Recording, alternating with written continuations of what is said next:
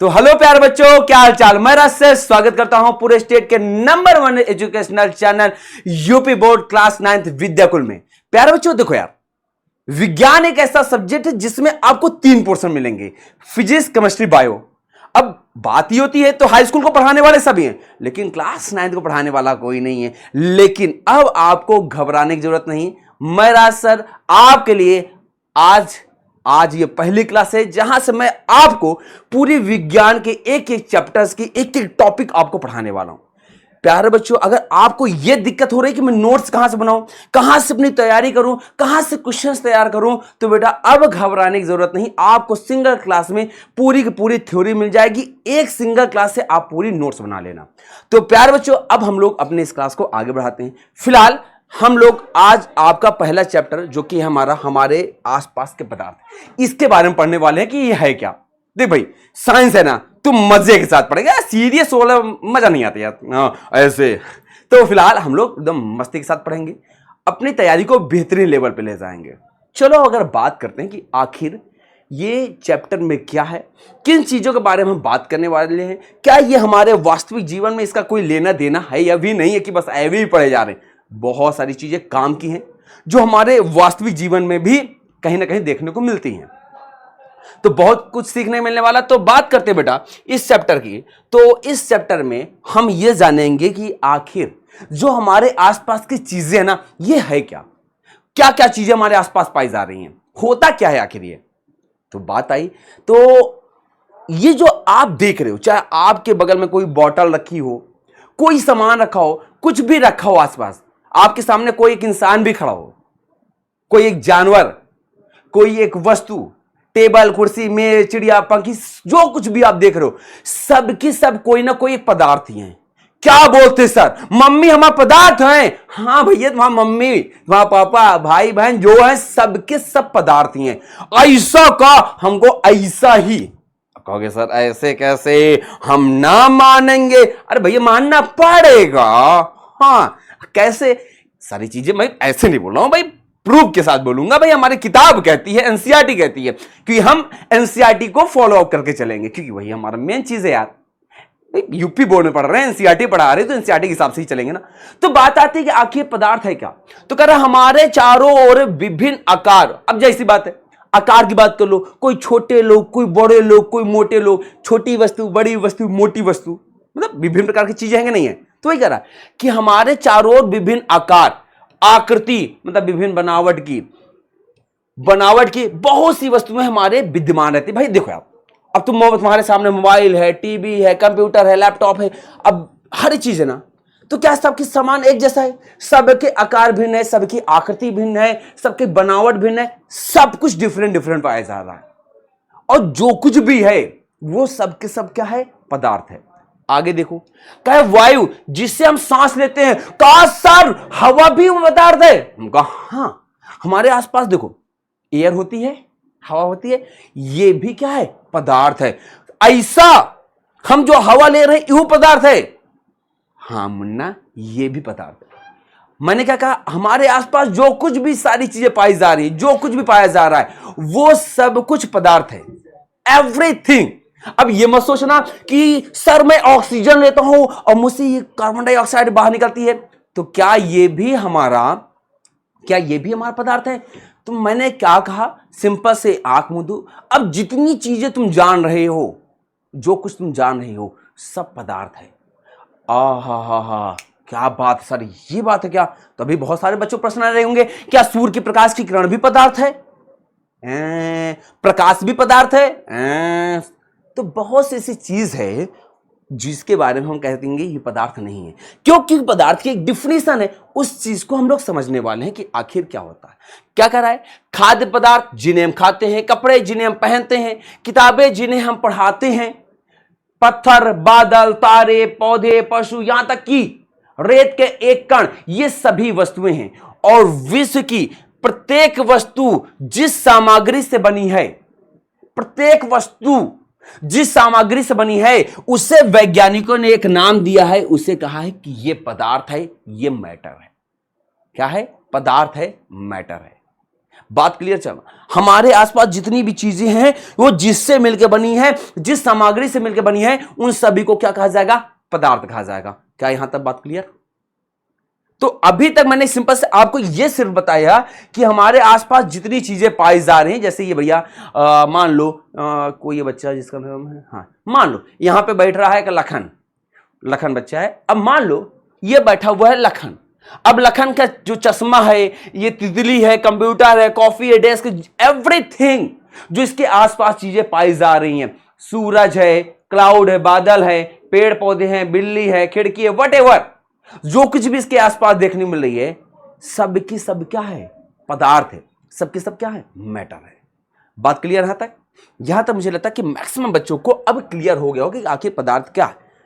तो क्या सर पदार्थ को अभी पता चला, उसके पहले कोई नहीं जानता था, इसके बारे में कोई चर्चा नहीं होती? नहीं बेटा, इसके पहले बहुत सारी चर्चाएं हुई। हां, अब हम आज के समय में कुछ नई बात बोल दें, कोई नई डिफिनेशन दे दे तो बात दूसरी है, लेकिन इसके पहले भी वैज्ञानिकों ने नई नई डिफिनेशंस दी हैं, नए नए तरीके से बताया है कि हमारे आसपास जो कुछ भी पाया जाता है ये कुछ ना कुछ पदार्थ है।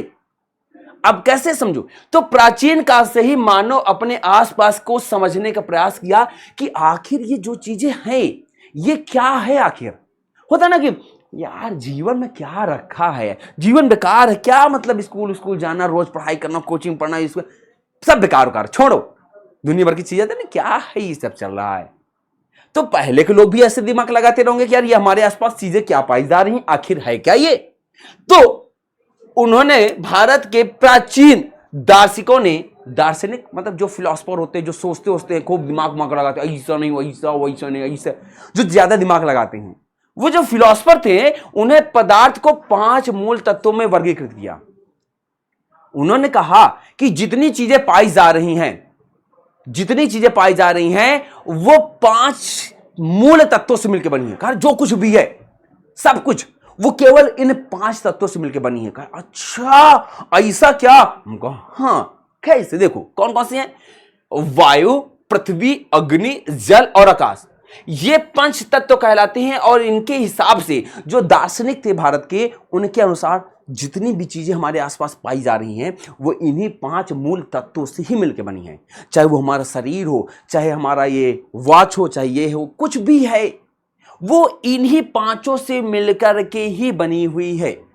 उनके अनुसार इन्हीं 5 तत्वों से सभी वस्तुएं बनी हैं, चाहे वो सजीव हो या फिर निर्जीव, वो जिंदा हो चाहे मृत हो, जिसमें जान हो चाहे निर्जीव वाला हो, उसमें जान ना हो, लेकिन सब इन्हीं 5 तत्वों से मिलकर के बनी हुई है। आधुनिक काल में वैज्ञानिकों ने प्रस्तावित किया कि यदि, मतलब प्रेजेंट टाइम के जो साइंटिस्ट थे, उन्होंने ये बात बोली यदि किसी वस्तु को तौला जा सके, वेट कर सके, अर्थात उसमें द्रव्यमान हो और वह वस्तु स्थान घेरती हो, अर्थात उसमें आयतन हो, उस वस्तु को वो क्या कहते हैं? पदार्थ कहा जा सकता है।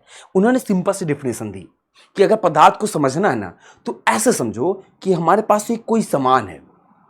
क्या? एक कोई सामान है, वो जो सामान है ना वो स्थान घेरी, उसको कहीं पर दो। जैसे इसको मैं रखा, जैसे मैं इसको रखा, अच्छा ही बताओ, इस बोतल को अगर मैं रखूंगा, ये खाली बोतल है भैया केनले की, अब मैं इसको रख दिया, अब मैंने मान लो इसको रखा है, तो ये इसको जहां पर रखूंगा वो क्या करेगा? स्पेस घेरेगा नहीं घेरेगा? जाहिर सी बात घेरेगा, ये अपना स्पेस कवर करेगा।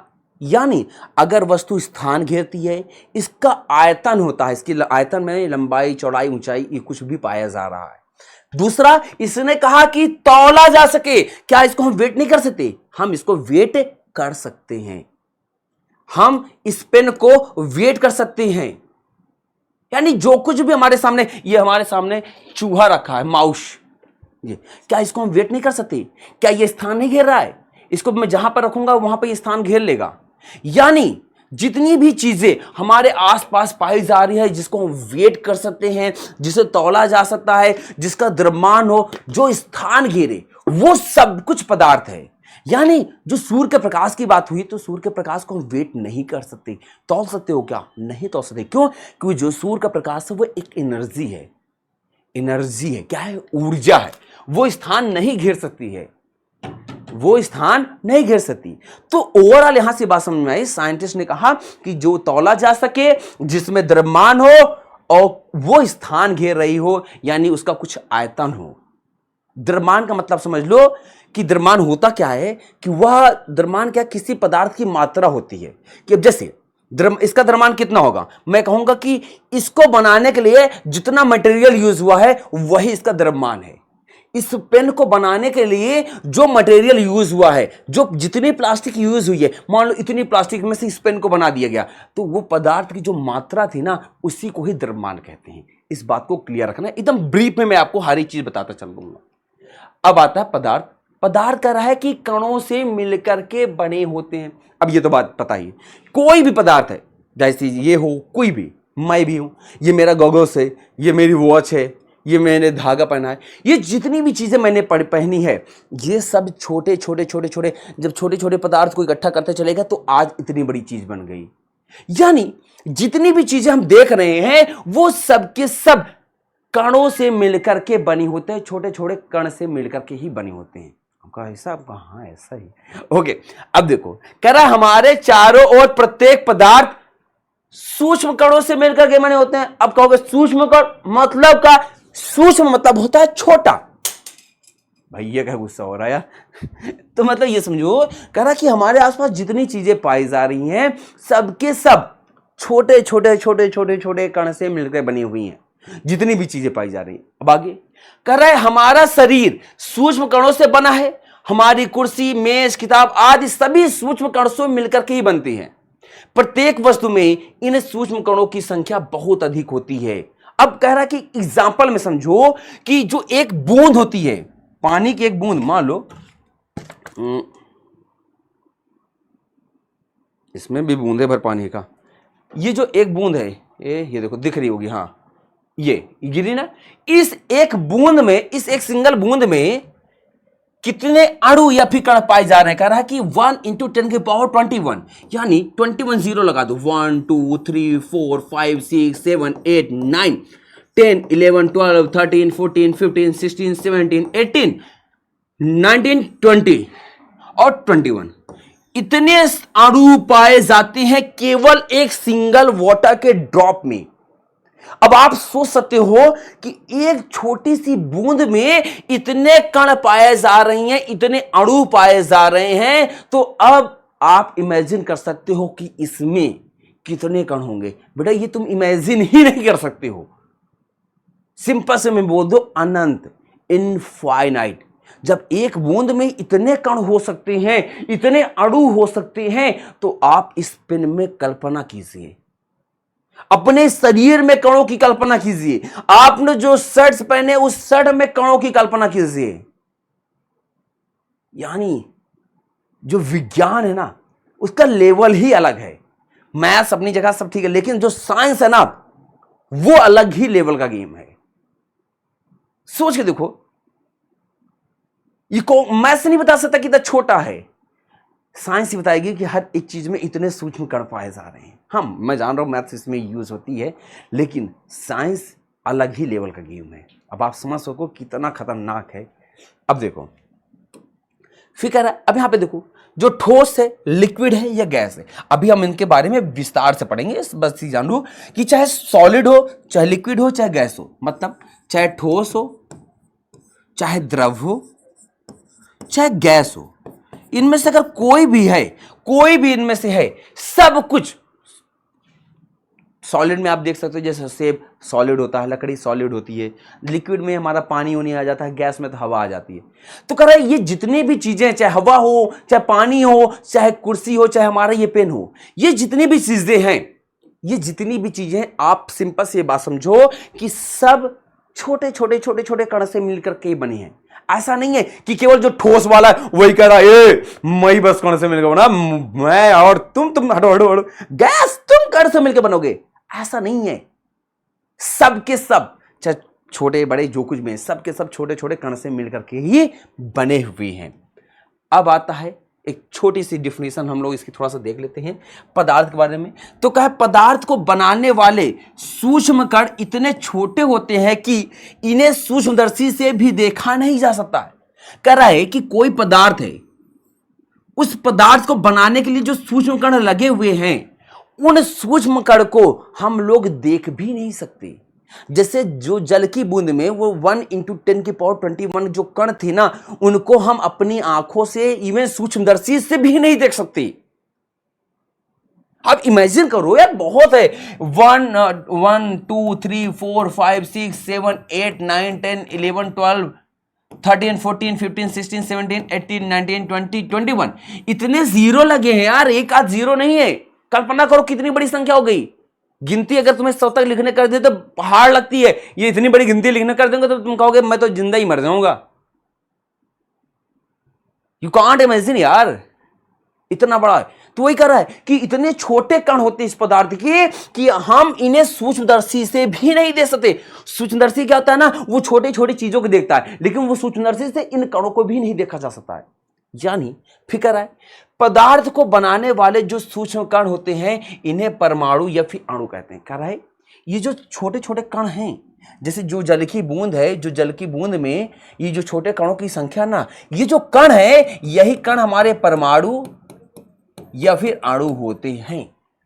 आगे कर रहा है, निम्न प्रयोग से सिद्ध होता है कि पदार्थ सूक्ष्म कणों से बना होता है, इनके बीच में रिक्त स्थान होता है और इनके कण के बीच में कोई परिवर्तन नहीं होता। क्या कर रहा है कि सूक्ष्म कणों से बना होता है पदार्थ, इनके बीच में रिक्त स्थान होता है और इसके जल स्तर में कोई परिवर्तन नहीं होता है। आप कहोगे सर ये क्या बवाल है। जैसे यहां पर देखो, आप समझो, एक चीज मानो कि लाइक आप समझो ऐसे, मैं आपको अलग से समझाता हूं इसको। देखो, मान लो आपके पास ऐसी कोई एक सुविधा है, इसमें आपने बड़े बड़े कंकड़ भर दिए, बड़े बड़े पत्थर भर दिए, बड़े बड़े पत्थर भर दिए, ये बड़े बड़े पत्थर भर दिए। अब तो तुम्हें लग रहा होगा कि ये पूरा डिब्बा भर गया, पूरे में जगह है क्या? अब कहोगे हाँ थोड़ी बहुत है। हमने कहा चलो छोटे छोटे पत्थर भर दो, छोटे छोटे पत्थर भर दो, भर दिए।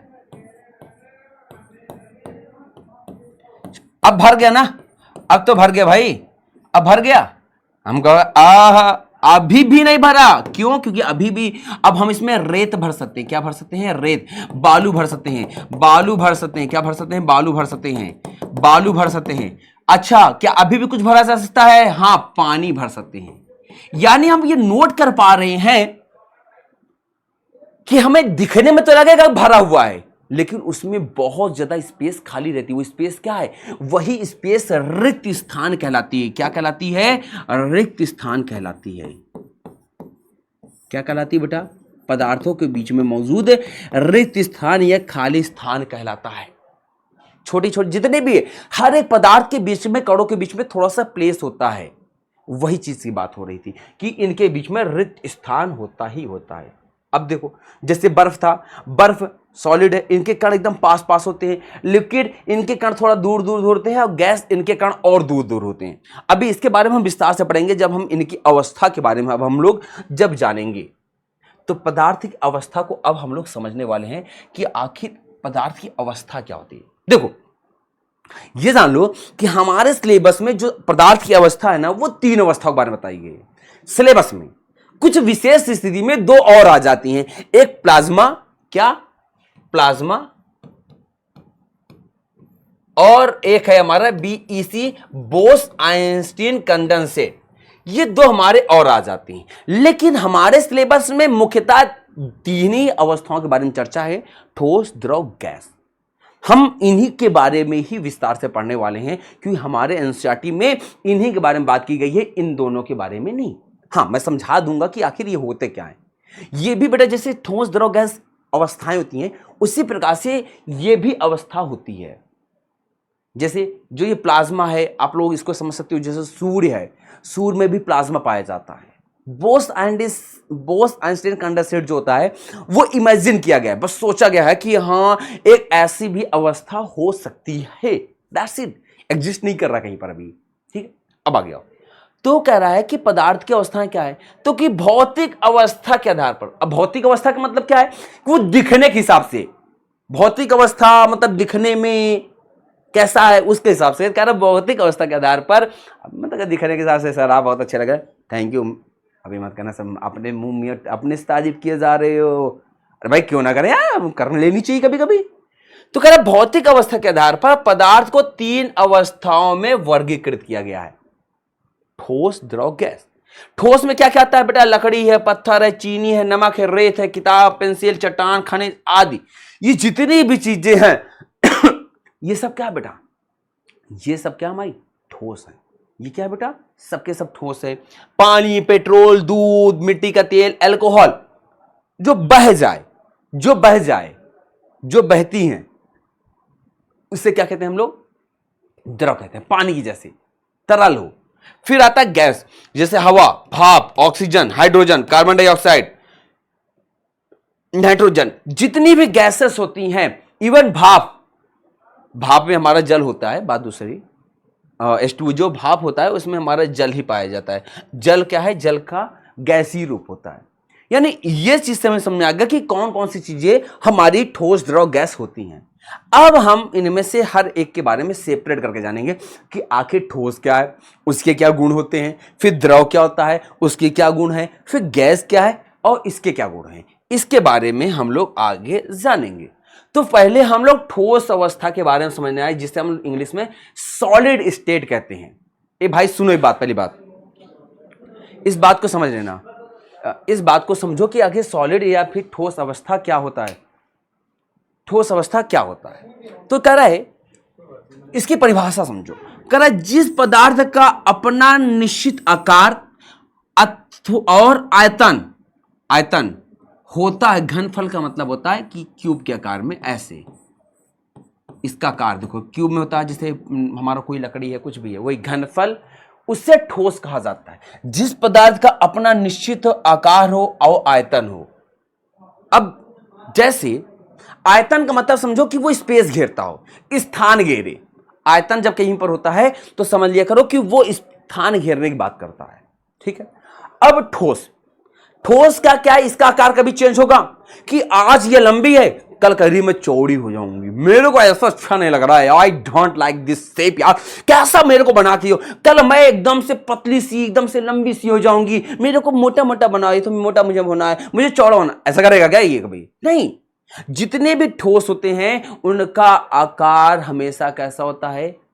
फिक्स्ड होता है, यानी निश्चित आकार होता है और आयतन भी उनका फिक्स्ड होता है। कि जैसे अगर इसका ये, जैसे हमारा एक बॉक्स है, तो क्या बॉक्स का साइज कभी बदलेगा? क्या जितना स्थान ये घेरता, क्या बाद में कम स्थान घेरेगा? नहीं, ये जितना बड़ा है, जितना इसका साइज है, इतना स्थान ये घेरेगा ही घेरेगा। सरल शब्दों में कहते हैं कि ठोस पदार्थ वे होते हैं जो ना तो आप अपने आप फैलते हैं। अब ये थोड़ी है कि ये रखा है, कल कह रहे हैं कि मैं फैल जाऊंगी, मेरे को जगह और चाहिए, इतनी जगह मुझे मजा नहीं आ रही। ये बॉक्स कहा कि यार मेरे को अच्छा नहीं लग रहा है, मेरे को ऐसे फैलना है, इसे आराम करो। ऐसे तो है नहीं ना, क्या एकदम से जैसा है वैसे ही रहने की कोशिश करता है। फिर और ना ही बहते हैं, कि ऐसा नहीं कि बह जाए, पानी की तरह बहने लगे। उनका स्वयं का आकार होता है और वे कंप्रेस नहीं किया जा सकते। यानी ठोस को हम कंप्रेस नहीं कर सकते, दबा के मैं हचक के दो, हचक तो सकते नहीं, मैं यार दबा सकता, तो ऐसा तो हो नहीं सकता। भाई ईंटे को तुम कितना दबाओ, लोहे को दबाओ वाला कितना दबा सकते? मान लो मेरे पास एक लोहा है, दबा जा रही है, दबा नहीं, अरे दबा ही नहीं सकते हो। ईंट को दबा के क्या कर लोगे? दबेगा, टूट जाएगा लेकिन दबेगा नहीं, क्योंकि उनका आकार, आयतन एकदम से फिक्स्ड होता है। उनके कण एकदम पास होते हैं। अभी हम सब सारी चीजें पढ़ेंगे क्यों आकार इसका निश्चित होता है, लेकिन अभी जान लो कि हम इसको कंप्रेस नहीं कर सकते। उदाहरण में लकड़ी, पत्थर, लोहा, किताब, कुर्सी। अब मान लो मेरे सामने कोई किताब रखी है, उसको मैं कंप्रेस कर सकता हूं? नहीं कर सकता। इसको मैं कह रहा हूं कि मैं इसको दबा डालूंगा, मैं कितना भी, थोड़ा बॉडी वॉडी बनाया हूं यार ऐसे, हाँ ठीक है, अब मैं इसको कितना भी दबाऊं, बहुत ताकत है मेरे अंदर, लेकिन क्या मैं इसके आकार को बदल सकता हूं? नहीं बदल सकता। ठोस का आकार नहीं बदलता, ठीक, वही का कंप्रेस नहीं होता, दबाया नहीं जा सकता। यहां पे स्टोन देख सकते हो, मेटल, जितनी चीजें हैं इनमें से हम किसी का भी आकार बदल नहीं सकते। आप कहोगे सर कोयले को मैं तोड़ दूंगा, अरे तोड़ देगा ना, बात दूसरी है, लेकिन ये भी कंप्रेस नहीं किया जा सकता। हाँ, आ गया। अब आता है दूसरा, यानी उनका आकार सभी का निश्चित होता है। आयतन की बात करता है, आकार सभी का निश्चित होता है, अब आयतन के बारे में बात करते हैं, वॉल्यूम की। तो कह रहा है अणुओं की गति करने की स्वतंत्रता नगण्य होने के कारण इनका आयतन भी निश्चित होता है। ठोस के कण क्या होते हैं, एकदम बेहद पास पास होते हैं, बेहद पास पास होते हैं। अब जिसके कारण इनके कण बहुत पास पास होते हैं, अब जिसके कारण इनके बीच का अंतरा आणविक बल, क्या अंतरा आणविक बल, अंतरा आणविक बल क्या होता है, इन कणों के बीच में लगने वाला बल। इन कणों के बीच में जो कोई पदार्थ है, जैसे ठोस है, इन ठोस के पदार्थ के जो कण होंगे वो क्या कर रहे हैं, एक बल से अपने आप को खींच रहे हैं। और ये जो बल होता है ठोस में सबसे ज्यादा होता है, ठोस में सबसे ज्यादा। फिर ठोस से कम किस में होता है, द्रव में, और द्रव से कम किस में होता है, गैस में। इस बात का ध्यान रखना, अंतराण्विक बल की बात कर रहा हूं। अब वही कह रहा है कि अणुओं की गति अब देखो गति करते हैं लेकिन अपने स्थान पे कंपन करेंगे, अपनी जगह पे कंपन करेंगे, ऐसे हिलेंगे, लेकिन स्वतंत्र रूप से गति नहीं कर सकते कि एक कण कह रहा है मैं जा रहा हूं ठुकरा के, प्यार मेरा इंतकाम देखेगी, जा आज भुला दिया तेरे को तेरे साथ रहना ही नहीं, क्या करेगी जिंदगी बेकार, मैं तो यहां से जा रहा हूं, हटाओ। लेकिन अगला वाला अणु कहेगा बेटा मेरे होते तुम बाहर जा कैसे सकते हो, मैं जाने नहीं दूंगा बेटा, मेरा जो बल है ना तुम्हारे प्रति, इतना खतरनाक बल से तेरे को मैं खींच रहा हूं, तू जाके दिखाना, जा भला। नहीं जा पाएगा क्योंकि उनके कणों के बीच में आकर्षण बल बहुत ज्यादा होता है। तो वही कह रहा है जिसके कारण इनका जो आयतन है वो निश्चित होगा, गोल होगा तो गोल ही आकार बना रहेगा, लंबा है तो लंबा रहेगा, क्यूब के आकार का तो क्यूब का, कोण है तो कोण का आकार बना ही रहेगा, अपने आकार ही चेंज नहीं कर सकते, जिसके वजह से इनके आयतन में कोई परिवर्तन नहीं आता ठोस में। ठीक है, आगे घनत्व की बात करता है। घनत्व को समझो, यह आंतरा आणविक दूरी पर निर्भर करता है कि उसके कण कितने पास पास हैं। अतः अणुओं के मध्य अंतरा आणविक स्थान कम होने के कारण ठोस में घनत्व तथा गैस की तुलना में अधिक हो जाता है। अब घनत्व को समझो कि अगर कण पास पास है तो घनत्व ज्यादा होगा। ठीक है, घनत्व ज्यादा होगा, डेंसिटी। अगर कण दूर दूर है तो घनत्व कम हो जाएगा, घनत्व कम, और दूर दूर है तो बहुत कम हो जाएगा। तो वही कह रहा है कि इनके कणों के बीच में रिक्त स्थान और इनके बीच में जो बल, देखो इनके बीच में जो रिक्त स्थान है जिसे अंतरावकाश कहते हैं, कणों के बीच में जो स्थान होता है इसे अंतरावकाश कहते हैं। अब यह अंतरावकाश ठोस में बहुत कम होता है, द्रव में थोड़ा ज्यादा होता है, गैस में और ज्यादा होता है, ठोस में एकदम, भाई देखो ठोस के कणों के बीच में जगह होगी, खुद देखो क्या इसके बीच में ज्यादा जगह दिखाई दे रही, नहीं, एकदम ना के बराबर दिखाई दे रही, लेकिन द्रव में जगह ज्यादा दिखाई दे रही, गैस में और ज्यादा। मैं एक काम करता हूं, पहले अंतरा आणविक बल और अंतरावकाश समझ लो। अंतरा आणविक बल क्या होता है, अंतरा आणविक बल और अंतरावकाश।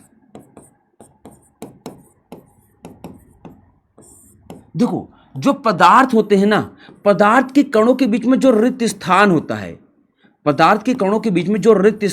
है, उससे अंतरावकाश कहते हैं। क्या कहते हैं बेटा, अंतरावकाश कहा जाता है।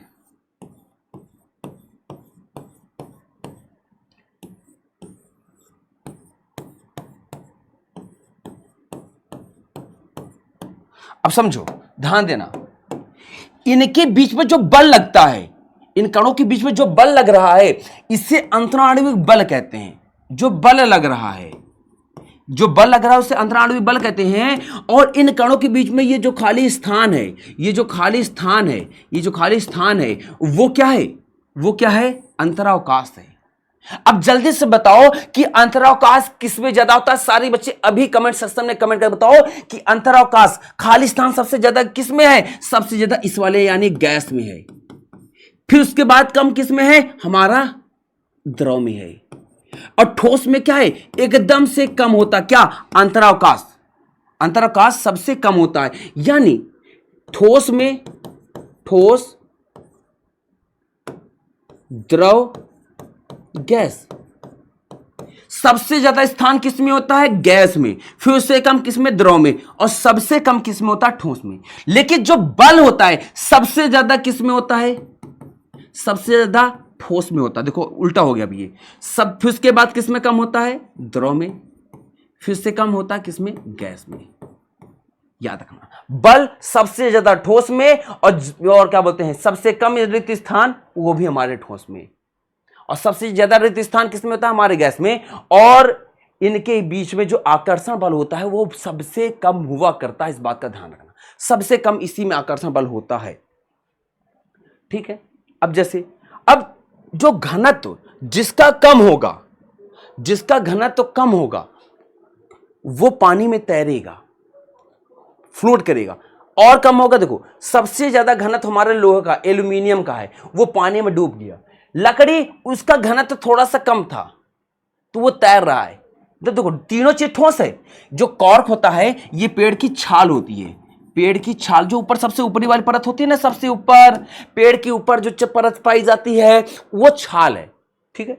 और ये उसके अंदर पाई जाती है लकड़ी। देखो ये हमारा मान लो पेड़ है, पेड़ के ऊपर एक ऐसी खुरदुरी परत पाई जाती है ना, वो खुरदुरी वाली परत ये है और अंदर वाली लकड़ी ये है।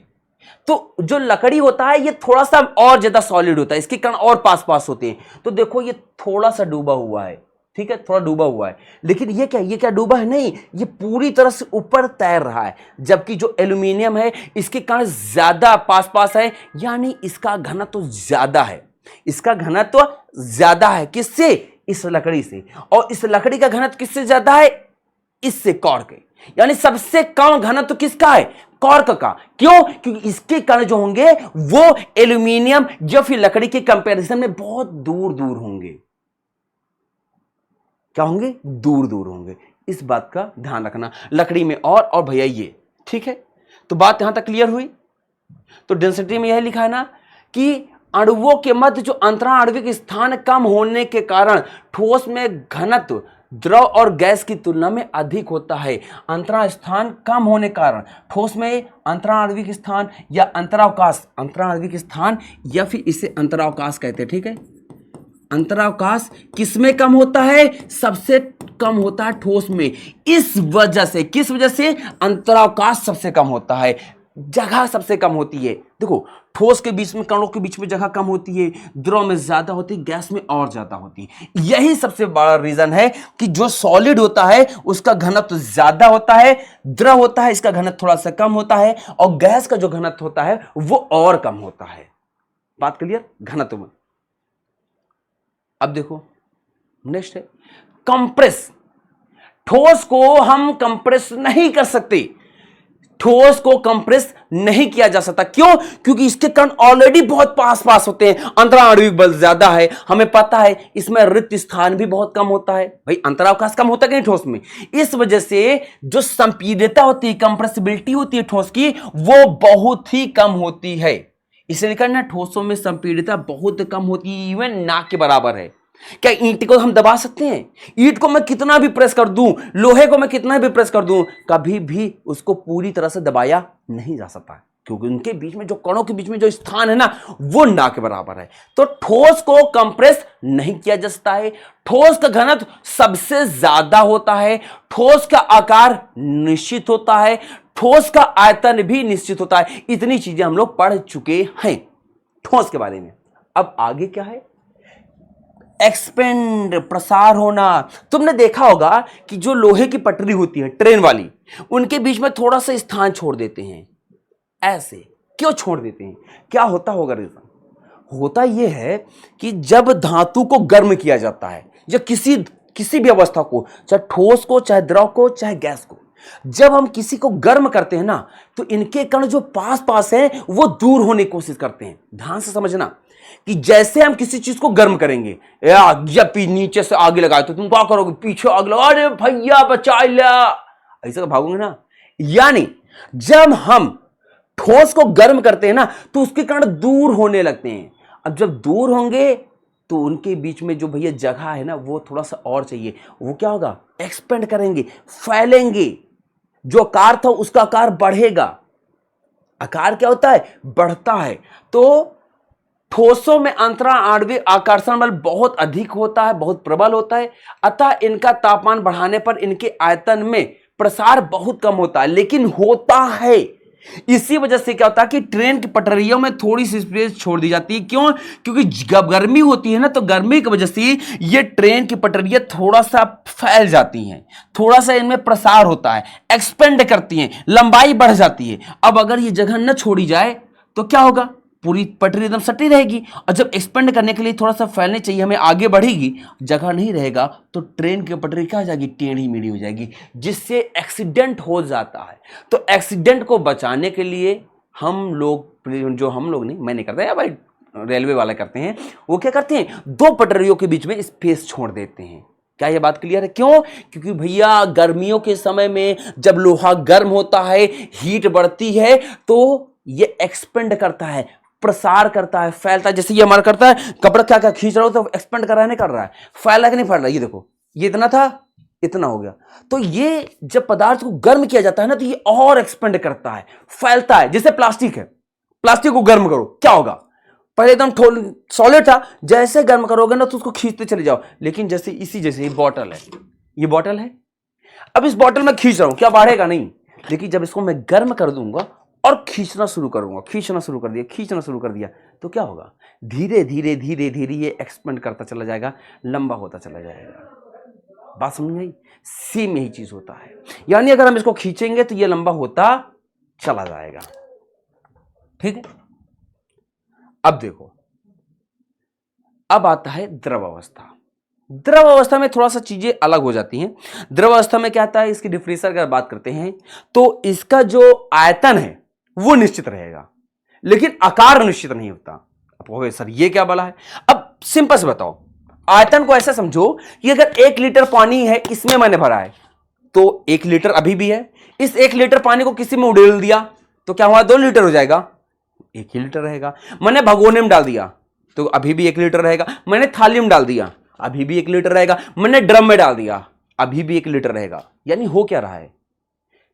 जब बॉटल में रखा तो वो बॉटल के आकार का हो गया, थाली में, भगोने में या फिर ड्रम में जिसमें डाला वह उसका आकार ले लिया। यानी द्रव क्या कर रहा है?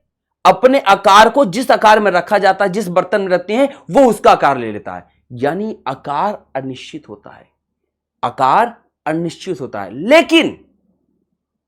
लेकिन आकार और आकृति एक ही चीज है, ठीक? लेकिन जो उसका आयतन है ना, वो निश्चित है, वो निश्चित है। अब कैसे? भैया 1 लीटर यहां पर भी था, भगोने में भी था, थाली में था, ड्रम में भी था, हर जगह था। जहां जहां पर मैंने इस पानी को उड़ेला, उस हर एक बर्तन में वह उसी के बराबर ही रहा। ऐसा तो नहीं कि 1 लीटर था, भगोने में डाला 4 लीटर हो गया, ड्रम में डाला 15 लीटर हो गया। भाई 1 लीटर है तो 15 थोड़ी हो जाएगा। ऐसा थोड़ी मैं जादू को बिठा रहा है, छू मंत्र छू करके, ऐसा तो नहीं होने वाला ना। तो बात वही, तो कह रहा है कि द्रव जो इसकी आकृति होती है, द्रवों का अंतरण आणविक बल थोड़ा सा ठोस की तुलना में कमजोर होता है, ठोस की तुलना में कमजोर होता है, जिसके वजह से इसके कण ज्यादा गति करते हैं। द्रव के कण ज्यादा गति करते हैं, लेकिन याद रखना ये भी स्वतंत्र रूप से गति नहीं करते, स्वतंत्र रूप से गति नहीं करते, अपनी सीमा के अंदर ही रहेंगे। पानी को तुम गिरा दो या फिर किसी एक बर्तन में रख दो, मान लो इस बर्तन में पानी मैंने रख दिया, ऐसा तो है नहीं पानी कहता कि मैं जा रहा हूं, जा सजना तुझको भुला दिया, ऐसा तो है नहीं कि पानी यहां से उड़ के चला जाए कि मुझे अब नहीं रहना तेरे साथ, वो साथ ही मरते दम नहीं, कुछ वो साथ रहने की बात करता, मैं दूर जाने की बात कर रहा हूं। लेकिन ऐसा तो नहीं है मैं बॉटल में रख दूं, थाली में रख दूं, तो जिसको जहां पर रख दूंगा ना उसके कण गति करेंगे, उसके कण द्रव के पानी कण की गति कर रहे हैं, लेकिन एक सीमा में रह करके गति करेंगे, एक सीमा में गति रह के करती हैं। इसी वजह से फिर किंतु ये बल इतने प्रबल नहीं होते हैं कि उनका स्थानांतरण की गति की जा सके कि वो अपनी जगह से आगे चले जाए। अतः द्रवों की कोई निश्चित आकृति नहीं होती है, ये वही आकृति प्राप्त करते हैं जिसमें इसको रखा जाता है। यानी हम पानी को जिस आकृति में रखेंगे, बॉटल में रखेंगे, बेलन में मतलब कि ड्रम में रखेंगे, भगोने में रखेंगे, जिसमें रखेंगे वह उसका आकार ले लेगी, लेकिन उसके कण गति कर रहे हैं, इस वजह से वो सबका कार्य ले ले रही है। लेकिन याद रखना, उसके कण इतना ज्यादा गति नहीं कर रहे हैं कि उस बर्तन से वो निकल कर चले जाएं, उससे अपने आप को बाहर कर लें कि भैया मुझे नहीं रहना बागी, मुझे इस भगोने में मुझे अच्छा नहीं लग रहा है। एक कण कह रहा है पानी का, मैं अब इसके साथ नहीं रहना चाह रहा, इस भगोने में मुझे बहुत गंदा फील हो रहा है, हटाओ मेरे को। मैं तो बॉटल में रहना चाह रहा था, महंगे वाली में, जो 200 रुपए की बॉटल आती है, मैं उसमें रहना चाहता हूं। ऐसा तो है नहीं, जिसमें डालोगे बेचारा कहेगा हाँ ठीक है डाल दो यार, क्या ही जिंदगी में, भगोने में डालो भगोने में डाल दो, लोटे में डालना है लोटे में डाल दो, अरे भैया बाटली में रखना बाटली में रख दो, जहां रखना रख दो, कोई दिक्कत नहीं। वो क्या करता है, वो उसी का कार्य ले लेता है। ये जैसे बोलेगा भैया पानी उनी उड़ रहा है खूब, ये देखो हम ऐसे उछाल देंगे ना, लेकिन फिर से अगर टप्पे से कहेगा भैया मैं नहीं जी सकता, अलग होकर कहां जाऊंगा, जिसको रखोगे यह उसी का कार्य ले लेता है। आयतन, आयतन में समझो मैंने जो बताया कि इसको हम जिस रूप में रखेंगे यह उसी का आकार ले लेता है। आयतन इसका फिक्स होता है, 1 लीटर इसमें भी रहेगा तो 1 लीटर यहां पर भी रहेगा, 1 लीटर यहां पर भी रहेगा। इसमें भी रखेंगे तो 1 लीटर इसमें भी रहेगा, 1 लीटर यहां पर भी 1 लीटर है, यहां पर भी 1 लीटर है। अब ऐसा तो है नहीं कि यहां पर दूसरा हो गया, हाँ इसकी ऊंचाई बढ़ गई, ये बड़ा बर्तन था तो फैल गया, ये गोल था तो ऐसा हो गया। लेकिन क्या इनकी मात्रा बदली, क्या इनका आयतन बदला? नहीं, आयतन अभी भी उतना ही है। तो ये कह रहा है कि द्रवों के अणुओं के मध्य लगने वाला अंतरा आणविक आकर्षण बल के कारण द्रव के अणु द्रव की सीमा के अंदर ही गति करते हैं, अपनी सीमा में ही गति करते हैं, वह द्रव की सतह छोड़ करके बाहर नहीं जा सकते, अतः द्रवों का आयतन निश्चित होता है। इनका आकर्षण बल कम होता है ठोस के, ठोस में बहुत ज्यादा होता है आकर्षण बल, इसमें कम होता है, लेकिन इतना कम नहीं होता कि बाहर जा सके, इनका आयतन अपना बदल सके। 1 लीटर है तो आधा लीटर हो जाए, आधा लीटर उड़ गया डालते समय, ऐसा नहीं है, जितना थे उतना ही रहेगा। पेट्रोलियम के साथ अलग है, थिनर के साथ अलग है, उनको ओपन कर दोगे तो वो भाई उसी कंपाउंड से बने होती हैं, वो उड़ जाएंगे, खत्म। हाँ गैस है, ठीक है। अब आ गया डेंसिटी, द्रव की बात करते हैं। कह रहा है द्रवों का घनत्व, जो द्रवों का घनत्व ठोसों की अपेक्षा कम होता है। द्रव का घटता हुआ क्रम इस प्रकार से देखो, ठोस का घनत्व तो सबसे ज्यादा, द्रव का उससे कम और गैस का उससे कम। अब यह एक्सपेरिमेंट आप लोग खुद से कर सकते हो, बस यह है कि थोड़ा सा शहद, थोड़ा सा पानी, थोड़ा सा जो हैंड वॉश और घर का तेल, इतना यूज करो। तो क्या करना, पहले एक बर्तन लेना, कांच वाला गिलास, उसमें पहले शहद भर देना, शहद भर दिए, शहद डालने के बाद आराम आराम से उसमें जो हैंड वॉश होता है उसको डाल देना, फिर इसके बाद उसमें पानी ऊपर से आराम से डालना, यानी घटर घटर डाल दो, एकदम आहिस्ता आहिस्ता डालना, फिर इसके बाद कोई तेल डाल देना। तुम ये देखोगे कि शहद अलग है, हमारा हैंड वॉश वो अलग पड़ा हुआ है, हमारा वाटर है वो अलग पड़ा हुआ है, और ऑयल है वो अलग पड़ा हुआ है। क्यों? सभी की डेंसिटी अलग अलग है। इसके कारण और पास पास है, इसके कारण थोड़ा और थोड़ा दूर हो गए, इसके कारण और दूर हो गए, तेल के कारण और दूर हो गए। जैसे जैसे घनत्व तो घटता गया, डेंसिटी घटती गई, तो इनके कारण क्या है, अलग अलग होते गए, जिसकी वजह से क्या होगा, सभी के डेंसिटी। अब सिंपल सी बात तो की ही होगी कि जब पानी में तेल होता है तो तेल कभी भी पानी में मिलता नहीं, तेल तैरता रहता है। ये एक्सपेरिमेंट तो आप कर ही सकते हो ना, कि एक बर्तन लो, नीचे पानी डाल दो और ऊपर तेल डाल दो, तेल कभी भी पानी में नहीं डूबेगा। क्यों? क्योंकि जो तेल होता है, तेल का घनत्व पानी से कम होता है, यानी पानी का घनत्व तेल से ज्यादा होता है। जिसका घनत्व सबसे ज्यादा होगा वो नीचे बैठ जाएगा, और जिसका घनत्व ज्यादा होगा वो ऊपर आ जाएगा। तो आप एक काम करना, 3 चीज से कर लेना बस, पानी, शहद और तेल। पानी, शहद और तेल, तीनों चीज को लो और मिलाओ। अब देखो कि जिसका घनत्व ज्यादा होगा, जैसे शहद नीचे बैठ जाएगा। फिर इसके बाद तीनों चीज को इकट्ठा डाल देना, तुम तीनों चीज को इकट्ठा डालो, लेकिन देखना कि कुछ समय बाद सभी अलग अलग लेवल पे होंगे। शहद एकदम से नीचे होगा, फिर इसके ऊपर पानी होगा, फिर इसके ऊपर तेल होगा।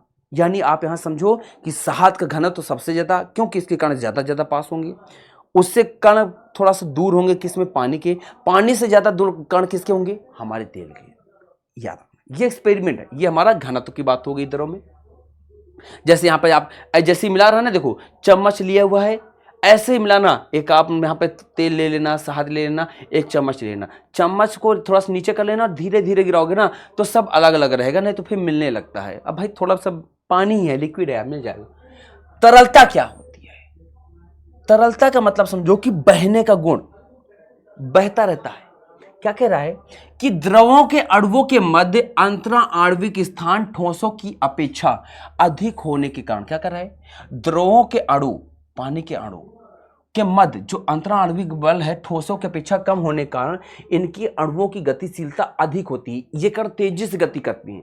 इसी गतिशीलता के कारण द्रवों में तरलता का गुण पाया जाता है। मतलब कण गति कर पा रहे हैं ना, इसकी वजह से इसमें तरलता, बहने का गुण पाया जा रहा है। बह जाते हैं ना, कहना बही जा, हट बही जा के नाती, हट बही जा घर से, तो कहना बहना, वो वाला बह जाना, पानी बहता है ना, पानी बहता, उसी बात कर रहा है।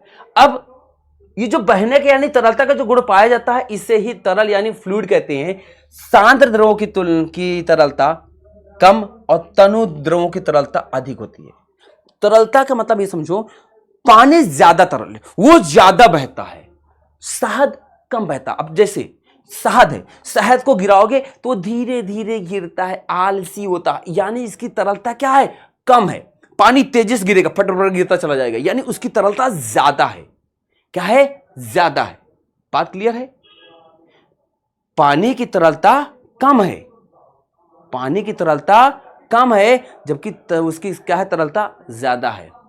पानी की तरलता ज्यादा है, शहद की तरलता कम होती है। क्लियर है?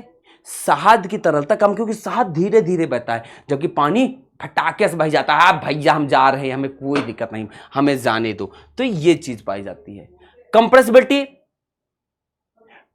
द्रवों को कंप्रेस किया जा सकता, लेकिन ना के बराबर। मतलब हाँ, ठोस को तो हम कर ही नहीं सकते हैं, वो नगण्य है, लेकिन द्रव को थोड़ा सा कंप्रेस किया जा सकता है, नाम मात्र का, यानी ठोसों से ज्यादा कंप्रेस किया जा सकता है। ठोस तो होगा ही नहीं, लेकिन द्रव को थोड़ा सा कंप्रेस किया जा सकता है, दबाया जा सकता है, यानी इसमें संपीड्यता ठोसों की तुलना में ज्यादा होती है।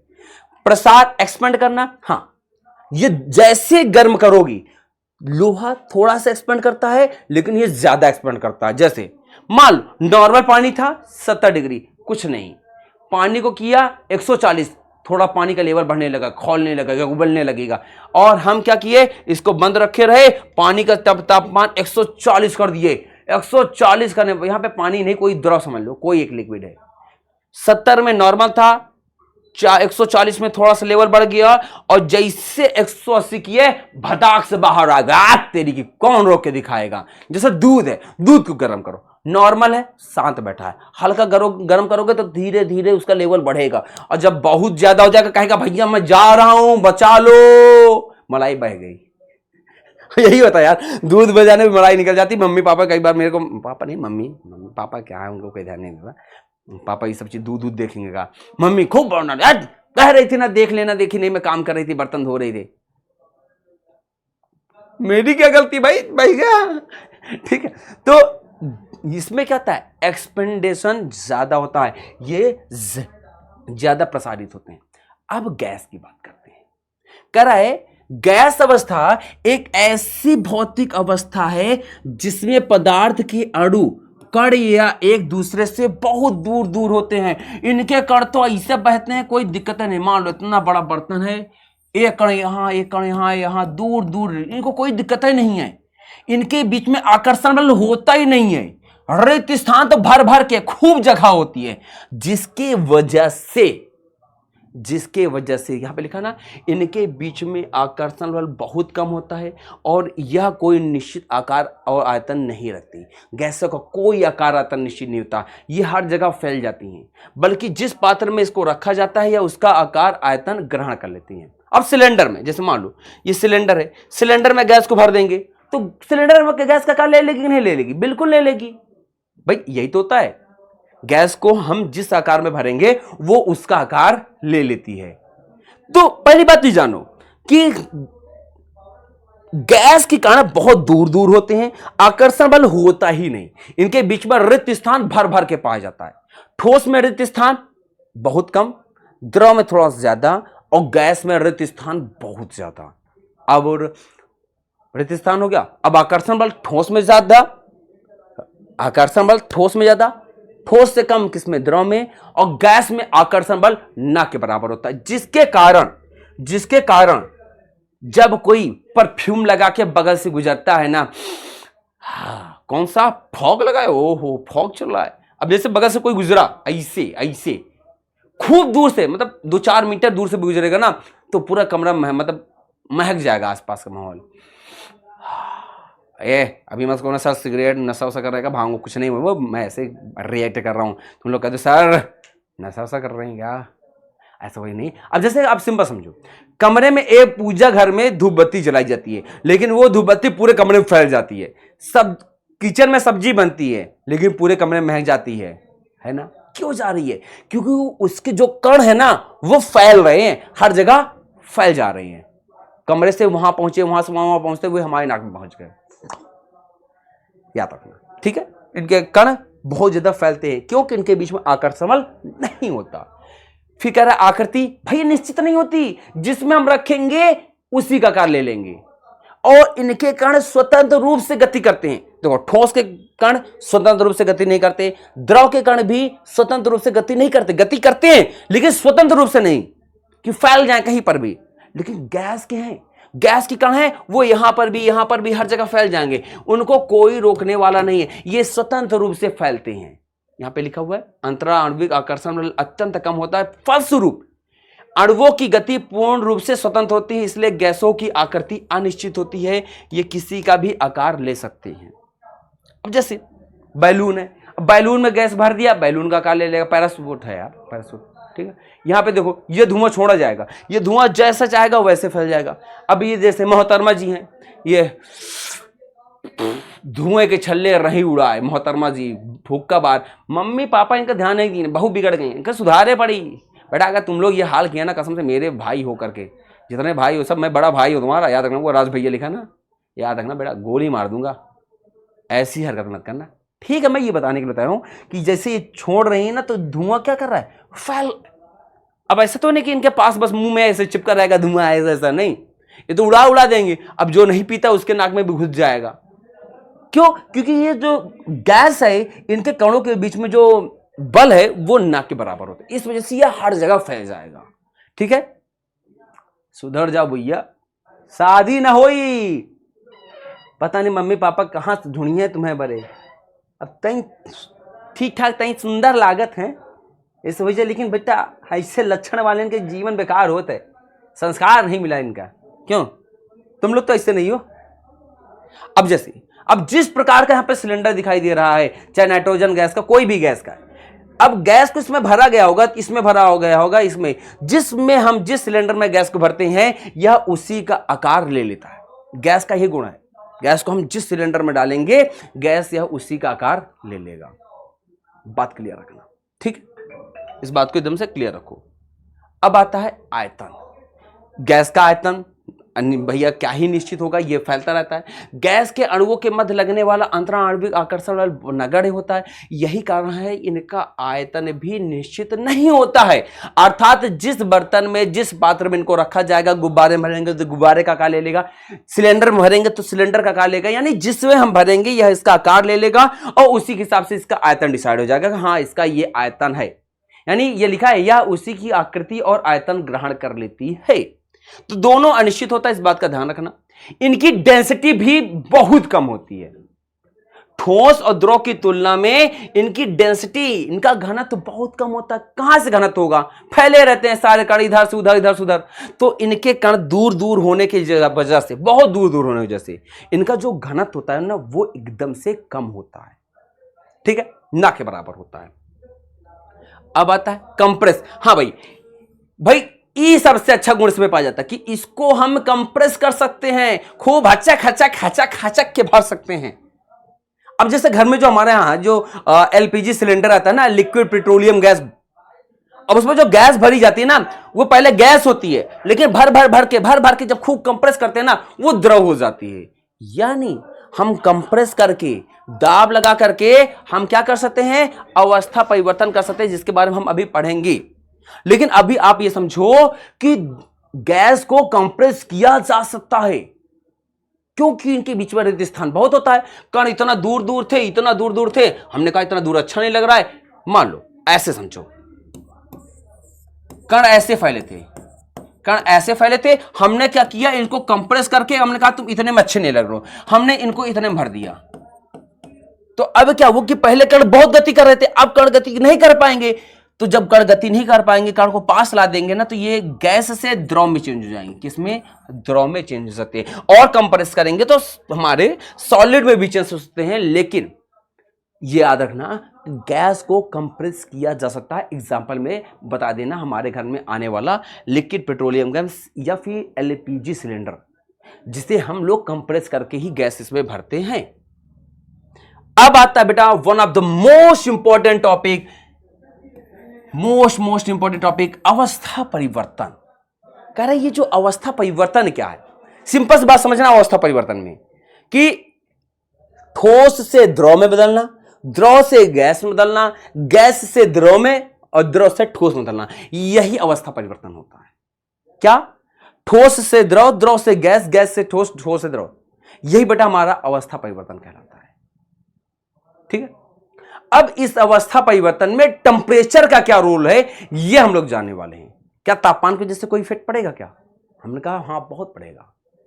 तो अवस्था परिवर्तन पहली बात क्या है, जब कोई पदार्थ एक अवस्था से, जैसे सॉलिड लिक्विड गैस है, एक अवस्था से दूसरी अवस्था में बदल जाता है, तो इस प्रक्रिया को अवस्था परिवर्तन कहते हैं। जैसे बर्फ है वो पानी में बदल गया, पानी भाप में बदल गया, तो क्या हुआ, द्रव, देखो सॉलिड, बर्फ सॉलिड था, किसमें चेंज हो गया, लिक्विड में चेंज हो गया। पानी क्या था, लिक्विड था, द्रव था, किसमें चेंज हो गया, भाप जो कि गैस है। यानी क्या हुआ, अवस्था परिवर्तन हुआ ना, ठोस से द्रव हुआ, द्रव से गैस में हुआ, यानी यहां पर अवस्था परिवर्तन हो रहा है। अब इसमें तापमान का क्या रोल होता है, इसको समझो। तापमान का क्या प्रभाव होता है? कह रहे हैं जब तापमान क्या करता है, पदार्थ के कणों की गतिज ऊर्जा को बढ़ा देता है। पदार्थ के जो कण पास पास हैं वो तेजी से गति करने लगते हैं, तो इनकी काइनेटिक एनर्जी को प्रभावित करता है। जब तापमान बढ़ता है, टेम्परेचर हम बढ़ाते जाते हैं, तो कण तेजी से गति कंपन करने लगते हैं, एक कण एक दूसरे से अलग होने लगते हैं, और परिणाम स्वरूप अवस्था परिवर्तन हो जाता है। मतलब जैसे समझो कि हमारे पास एक सॉलिड था, इसके कण पास पास थे, हमने क्या किया, इसको गर्म करना शुरू किया, तो इसके कण क्या करेंगे ना, वो कमजोर होने लगेंगे, एक दूसरे से दूर जाने की कोशिश करेंगे, और कुछ समय बाद यह द्रव में चेंज हो जाएंगे, इनके कणों के बीच की दूरी बढ़ जाएगी तापमान बढ़ाने पे। अच्छा, तापमान घटता कब है, घटाने से क्या होगा, कह रहा है कणों की गति धीमी हो जाती है। जैसे पानी हमने हमारे पास था, पानी को हम लोग ठंडा करने लगे, फ्रिज में रख दिए, तो इसके कण क्या होंगे, गति करना बंद कर देंगे। गति करने की वजह से क्या हो जाएगी, ये कण पास पास आ जाएंगे, और कुछ समय बाद ये बर्फ बन जाएंगे, यानी फिर से सॉलिड होगा। तापमान बढ़ाए तो बर्फ से क्या बन गया, पानी। तापमान को हमने बढ़ाया तो बर्फ से पानी बन गया, और तापमान को हमने घटा दिया तो किस में बन गया, पानी से बर्फ बन गया। इस बात का ध्यान रखना, ठीक है। फिर है अवस्था परिवर्तन के समय तापमान क्यों स्थिर रहता है। कह रहा है जब हम अवस्था परिवर्तन करते हैं, भी परेशान हो ना, 2 मिनट सारी चीजें क्लियर कर दूंगा, थोड़ा सी ये कॉम्प्लिकेटेड चीजें बढ़ा रहा हूं, इस बात का ध्यान रखना। कह रहा है कि जब तापमान परिवर्तन होता है, अवस्था परिवर्तन हो रहा होता है, तो तापमान क्यों नहीं बदलता।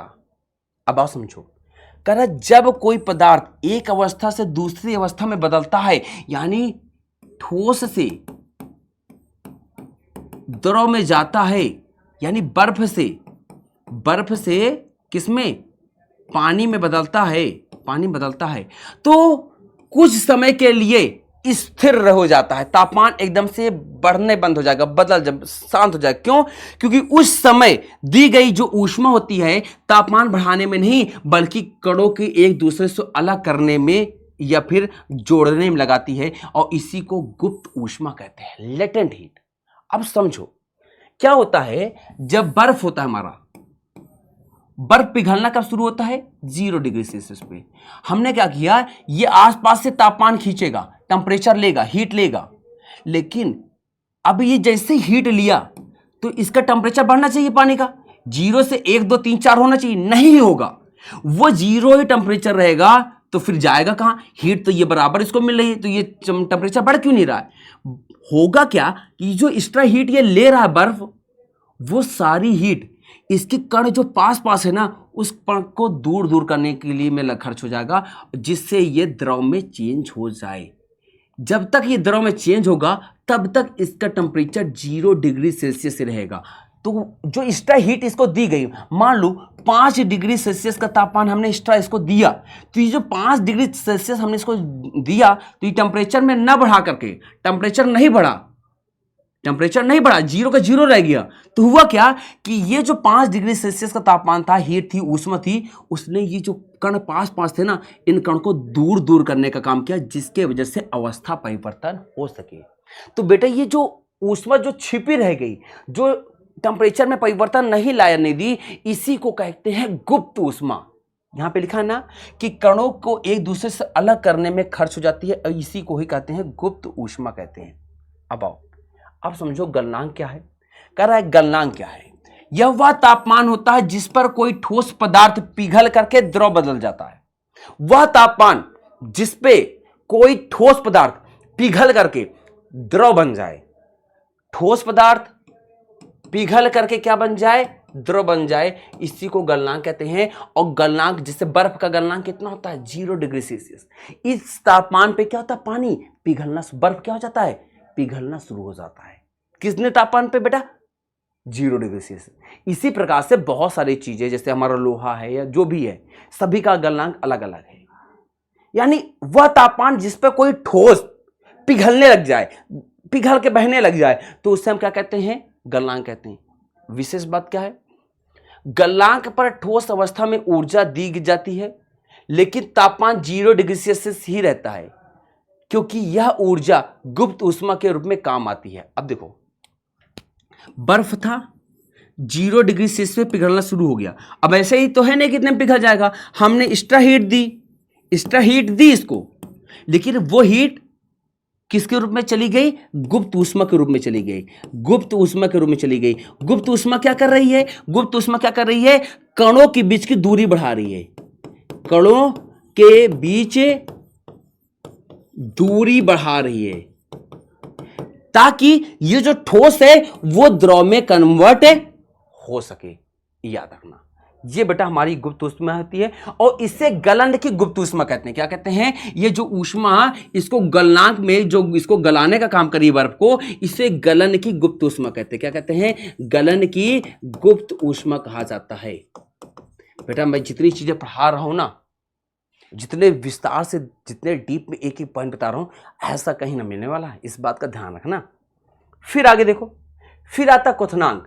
क्वथनांक में आपको कहना है वह तापमान जिस पे कोई द्रव उबलने लगे और वह गैस में परिवर्तित हो जाए। वह तापमान जिस पर कोई द्रव पदार्थ गैस में बदलने लगता है, उससे हम क्या कहते हैं? Boiling point. जैसे पानी है, पानी क्या होता है? 100 डिग्री सेल्सियस पे उबलने लगता है, भाप बनने लगता है। क्या बनने लगता है? भाप। तो पानी का जो क्वथनांक होता है वो कितना होता है बेटा?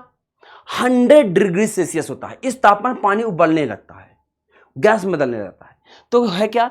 100 डिग्री सेल्सियस पे पानी उबलने लगता है, लेकिन लगातार गर्म करने पर भी तापमान नहीं बढ़ता। अब तुम क्या करो? पानी है, तुम उसको उबालना शुरू करो, पानी उबालना शुरू करो, उबालने लगे, पानी उबल रहा है। लेकिन ये याद रखना कि तुम ये जो जैसे 100 डिग्री सेल्सियस पहुंचेगा, इसके बाद तापमान बढ़ना बंद हो जाएगा। सोचो कि 120 पहुंचा दूं या 150 हो जाए, कभी भी नहीं होगा। तो 100 के मैं हीट दे रहा हूं, गर्म कर रहा हूं, लेकिन टेम्परेचर नहीं बढ़ेगा। गर्म करे जा रहा हूं, लेकिन टेम्परेचर 100 डिग्री सेल्सियस ही रहेगा। तो तापमान जा कहां रहा है? वो सारा जो ऊष्मा हम एक्स्ट्रा दे रहे हैं, 100 के बाद में तो ऐसा तो है नहीं, 100 के बाद तो उबलना शुरू हो जाएगा, गैस बनना शुरू हो गया, लेकिन इसके बाद हम हीट और दे रहे थे, वो हीट कहां गई? ये 100 से ज्यादा क्यों नहीं बढ़ा? तो हुआ क्या कि जो एक्स्ट्रा हमने हीट दी, वो हीट एक्स्ट्रा वाली वो यहां पे खर्च हो गई। किसमें? कणों के बीच की दूरी बढ़ाने में। जो द्रव के कण थे, जो दूर दूर थे, उसको और दूर दूर करने लगी, ताकि द्रव से गैस में चेंज हो जाए। इसे कहते हैं वाष्पन की गुप्त ऊष्मा। क्या कहा जाएगा बेटा? वाष्पन की गुप्त ऊष्मा कहा जाएगा। क्या कहा जाएगा बेटा? वाष्पन की गुप्त ऊष्मा कहा जाएगा। अब इसको देखो, ये गुप्त ऊष्मा लिखा हुआ है। गुप्त ऊष्मा क्या है? गुप्त ऊष्मा बेटा वह ऊष्मा होती है जो किसी पदार्थ को उसकी एक अवस्था से दूसरे अवस्था में बदलने के लिए दी जाती है, लेकिन उसका तापमान नहीं बढ़ता। गुप्त ऊष्मा क्या है? गुप्त ऊष्मा बेटा वह ऊष्मा होती है जो किसी पदार्थ की अवस्था बदलेगी, ठोस से द्रव में, द्रव से गैस में, लेकिन टेंपरेचर में कोई परिवर्तन नहीं होने देती है। क्या कहलाती है बेटा? गुप्त ऊष्मा कहलाती है।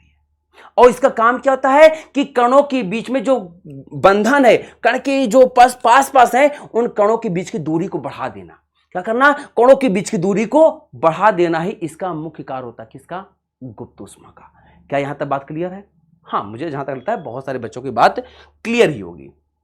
गलन की गुप्त ऊष्मा, जो कि ऑलरेडी मैंने आपको बता दिया है कि गलन की गुप्त ऊष्मा वह ऊष्मा की मात्रा होती है जो 1 किलोग्राम ठोस पदार्थ को गलनांक पर बिना ताप में परिवर्तन किए द्रव में बदल दे। जो मैंने बताया ना, तापमान में परिवर्तन ना करे, डायरेक्ट क्या करे? ठोस से द्रव में बदल दे। क्या कहलाएगा? गलन की गुप्त ऊष्मा। क्या कहलाएगा? गलन की गुप्त ऊष्मा कहलाएगा, जिसमें टेंपरेचर इंक्रीज ना हो। बस 1 किलोग्राम अगर कोई ठोस है, यानी 1 किलो बर्फ जिसका टेंपरेचर ना बढ़े, 0 डिग्री सेल्सियस से 0 डिग्री सेल्सियस से रहे, बस ठोस से किस में बदल जाए? द्रव में बदल जाए। क्या कहलाएगा? गलन की गुप्त ऊष्मा कहलाएगी। और गलन की जो गुप्त ऊष्मा होती है वो मुख्यतः भैया काम आती है ठोस से द्रव में, यानी बर्फ को पिघलाने में गलन की गुप्त ऊष्मा यूज की जाती है। यहां पे जैसे जब बर्फ को 0 डिग्री सेल्सियस पर होती है, आप उसे गर्म करना शुरू करते हैं, वह तापमान बढ़ाने के बावजूद दी गई ऊष्मा को कणों के बीच, जो हम टेंपरेचर ना बढ़ाएगी, ऊष्मा जितना हम देते जाएंगे 0 के बाद भी ऊष्मा नहीं बढ़ाएगी। वो क्या करेगी? कणों को एक दूसरे से अलग करने लगती है, यानी बर्फ पानी बन जाता है, लेकिन तापमान हमारा यही रह जाता है, जिसे हम लोग वाष्पन की गुप्त ऊष्मा कहते हैं, गलन की। अब आता है यहां पे देखो, वाष्पन है बेटा, वाष्पन की गुप्त ऊष्मा। वाष्पन की गुप्त ऊष्मा बेटा वह ऊष्मा होती है जो किसी 1 किलोग्राम द्रव को, यानी 1 किलोग्राम हमारा वाटर है, उसको बिना क्वथनांक में परिवर्तन किए 100 डिग्री सेल्सियस ताप है, उसी तापमान में डायरेक्ट क्या करे? क्वथनांक पर गैस में बदल दे, बिना ताप में बदले। 1 किलोग्राम हमारे पास द्रव है, उसको गैस में बदल दे बिना टेंपरेचर में इंक्रीज किए। क्या कहलाएगा बेटा? गलन की गुप्त ऊष्मा कहलाएगी। सेम यहां पर भी वही चीज लिखी हुई है कि हम पानी को 100 डिग्री सेल्सियस पे उबालना शुरू कर दिए, हम और उसको गर्म करते हैं, लेकिन उसका तापमान 100 ही है, तो बाकी और जो हमने गर्म किया, हमने शुरू में गर्म किया तो 1 डिग्री हुआ, 2 डिग्री, 3, 40, 50, 60, 70 हुआ। अभी हम गर्म कर रहे हैं, टेंपरेचर बढ़ रहा है, लेकिन 100 में पहुंचने के बाद वो बढ़ना बंद हो गया। बढ़ना उसको 200 मान लो चाहिए था, हमने खूब ऊष्मा दी, नहीं बढ़ा, तो हुआ क्या? उसने सारी ऊष्मा गुप्त ऊष्मा के रूप में कणों के बीच की दूरी बढ़ाने में खर्च कर दिया, कणों के बीच की दूरी बढ़ाने में खर्च कर दिया। इसी को ही बेटा वाष्पन की गुप्त ऊष्मा कहते हैं। क्यों? क्योंकि इसमें द्रव को गैस में चेंज करते हैं। किस में करते हैं? द्रव को गैस में चेंज करते हैं। क्या यहां तक बात क्लियर मुन्ना?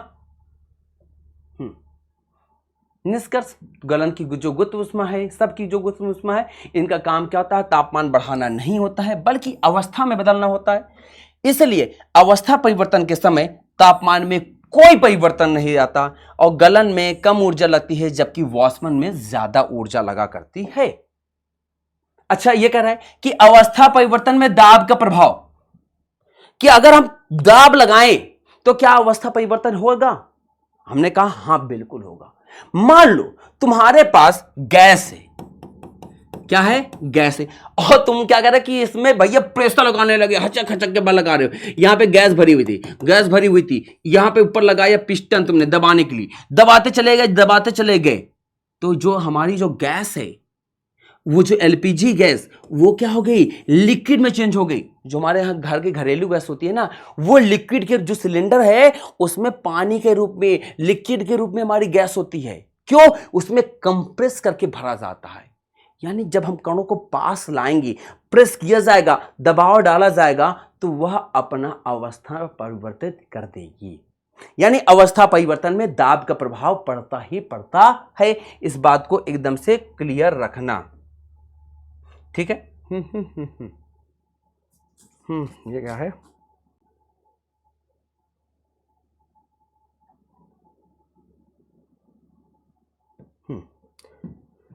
क्या कह रहा है, गैस को द्रव में बदलना। हम जैसे जब किसी गैस को बहुत अधिक दबाव डाला जाता है तो वह साथ ही तापमान भी घटाया जाता है। मतलब कि हम क्या कर रहे हैं, दबाव बढ़ा रहे हैं, दाब बढ़ा रहे हैं और तापमान घटा रहे हैं।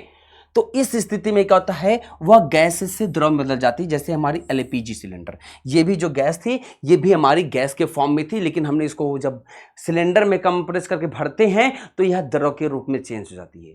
और जैसे ही पिन है ना, वो जो सिलेंडर के ऊपर टच करते हैं तो फक से तेज गैस निकलती है, वो कंप्रेस करके भरी होती है। और जैसे ही गैस को हम कंप्रेस करते हैं तो वह लिक्विड के रूप में चेंज हो जाती है। कहता है द्रव को ठोस में बदलना, क्या कंप्रेस करके हम बदल सकते हैं, दबाव लगा के कर सकते हैं? हाँ, जब हम किसी द्रव पर दाब डालते हैं तो उसके कण एक दूसरे के नजदीक आ जाते हैं, जिससे वह जल्दी ठोस में बदल जाता है।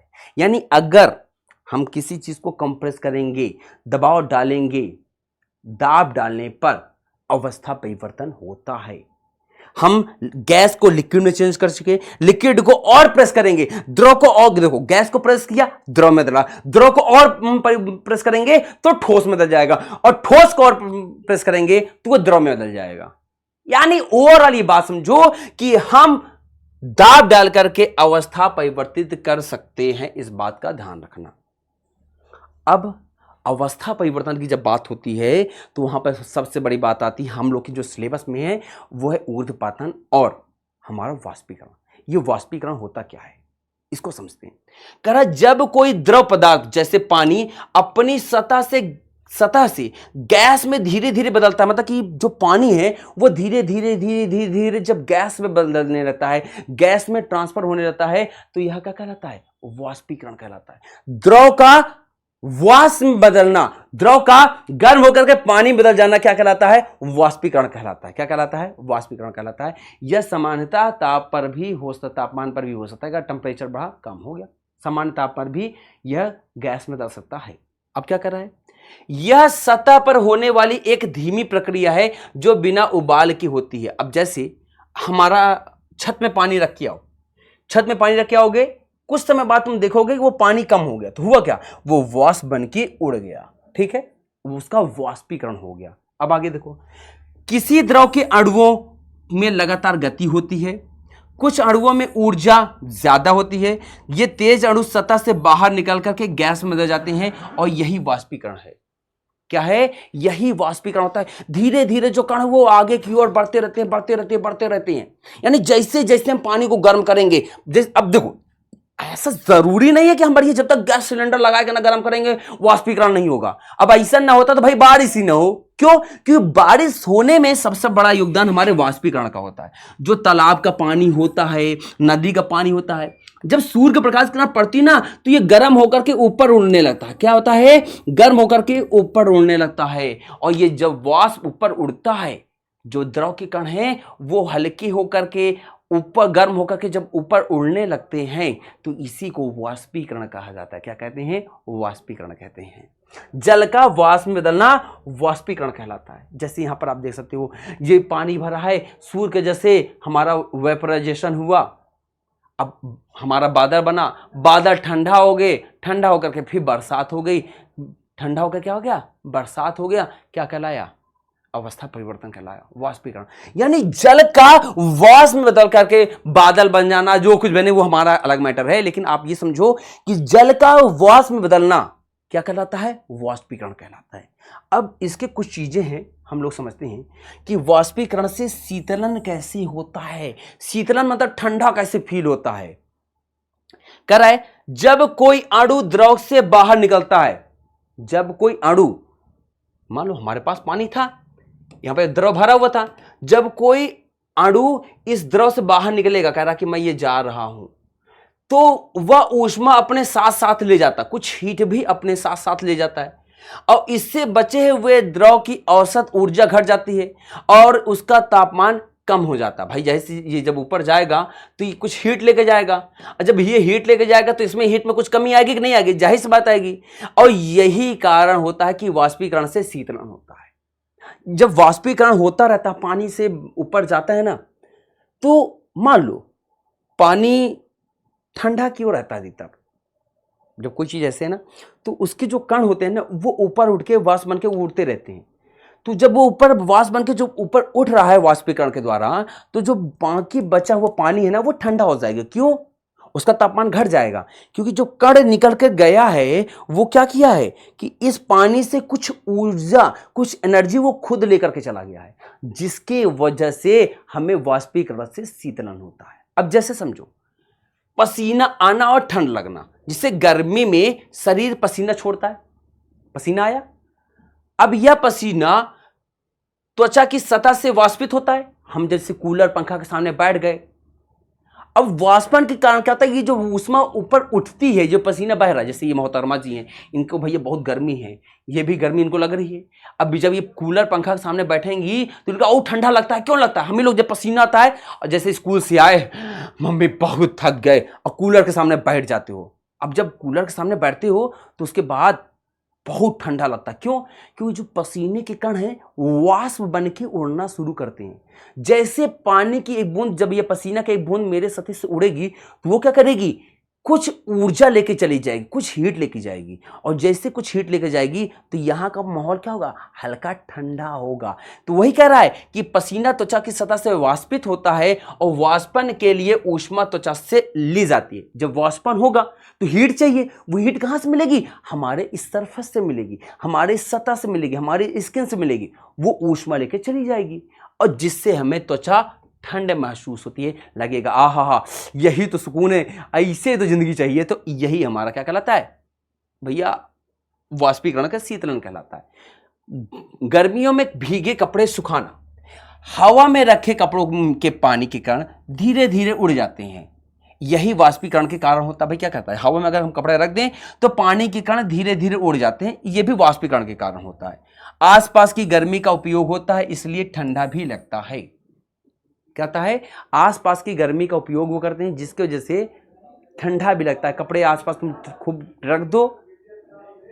कूलर से हमें क्यों ठंडा लगता है? कूलर क्या करता है, जब हमारा आसपास की हवा आई, उससे टकराई पानी भीगे वाले से, अब वो जो भीगा वाला एरिया है वो क्या करेगा, हवा को खींच रहा है। तो जो गर्मी आई, गर्मी वाली हवा जब उससे टकरा रही ना, तो वो जो वाष्प के रूप से जब उसमें टकराई, तो जब वो ऊपर बाहर वहां से निकलेगी ना, तो वो हमें ठंडक दे के जाएगी, हल्का ठंडा ठंडा फील कराएगी। तो हमारे कूलर की वजह से वहां पर भी वाष्पन का उपयोग होता है। अब कह रहा है वाष्पीकरण को, ये जो पानी का, जल का वाष्प में बदलना, इसको प्रभावित करने वाले कारक कौन कौन सी चीजें प्रभावित करती हैं? कह रहा है सतह क्षेत्रफल। सतह जितनी बड़ी अधिक होगी, वाष्पीकरण उतना ज्यादा होगा। मान लो देखो, हमने क्या किया, इसमें पानी भर दिया, इसमें पानी भरा है तो इसमें क्या वाष्पीकरण तेज होगा? नहीं। अब इसमें समझो, अब इसमें पानी भर दिया, किसमें वाष्प ज्यादा तेजी से बनेगा, खुद बताओ। जाहिर सी बात है इसमें वाष्पीकरण ज्यादा होगा। यानी अगर सतह बड़ी हुई, सतह छोटी वाष्पीकरण कम, सतह बड़ी तो वाष्पीकरण ज्यादा होगा। यानी सतह क्षेत्र पर निर्भर करता है। टेम्परेचर का तापमान जितना ज्यादा होगा, इसमें टेम्परेचर कम है, क्या वाष्पीकरण होगा? नहीं होगा। इसमें टेम्परेचर ज्यादा है तो वाष्पीकरण ज्यादा होगा। हवा की गति ज्यादा हो तो वाष्पीकरण बढ़ता है। अब बताओ, पसीना मेरे को आ रहा है, हवा नहीं है, तो क्या पसीना जल्दी सूखेगा? नहीं सूखेगा। लेकिन हवा चलने लगी तो मेरा जो शरीर से जो कण बाहर जा रहा है पसीने को, वो तेजी से जाएगा? नहीं। जाहिर सी बात है। यानी हवा की गति भी मैटर करेगा। हल्की हवा चल रही है तो धीरे धीरे पसीना सूखेगा, और तेज से बस चल रही है तो तेज से पसीना सूखेगा। यानी जो वाष्पीकरण है वो तेज हो जाएगा। इस बात का ध्यान रखना।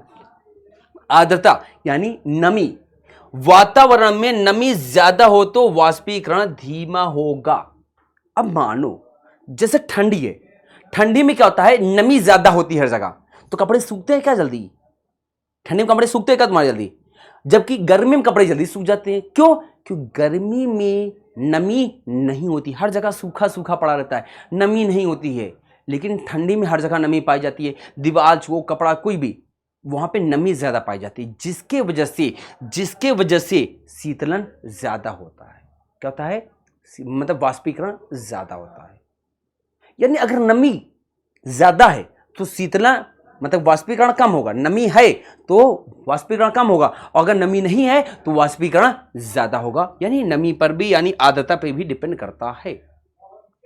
फिर एक आता है सबसे इंपॉर्टेंट टॉपिक, ऊर्ध्वपातन क्या है।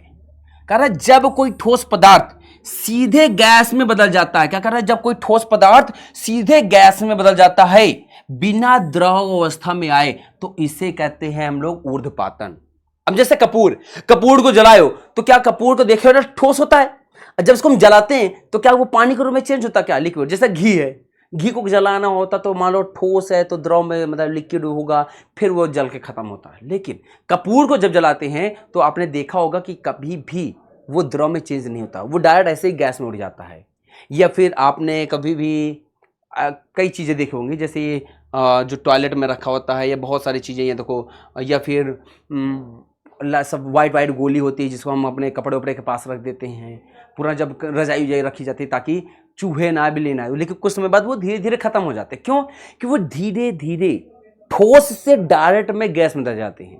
यानी ऊर्ध्वपातन क्या है, जब कोई ठोस पदार्थ ठोस अवस्था से सीधे गैस अवस्था में बदलता है बिना द्रव में परिवर्तित हुए, क्या कहलाता है, ऊर्ध्वपातन कहलाता है। क्या कहलाता है, ऊर्ध्वपातन कहलाता है। जैसे कपूर, नैप्थलीन, अमोनिया क्लोराइड और सूक्ष्म यानी ड्राई आइस।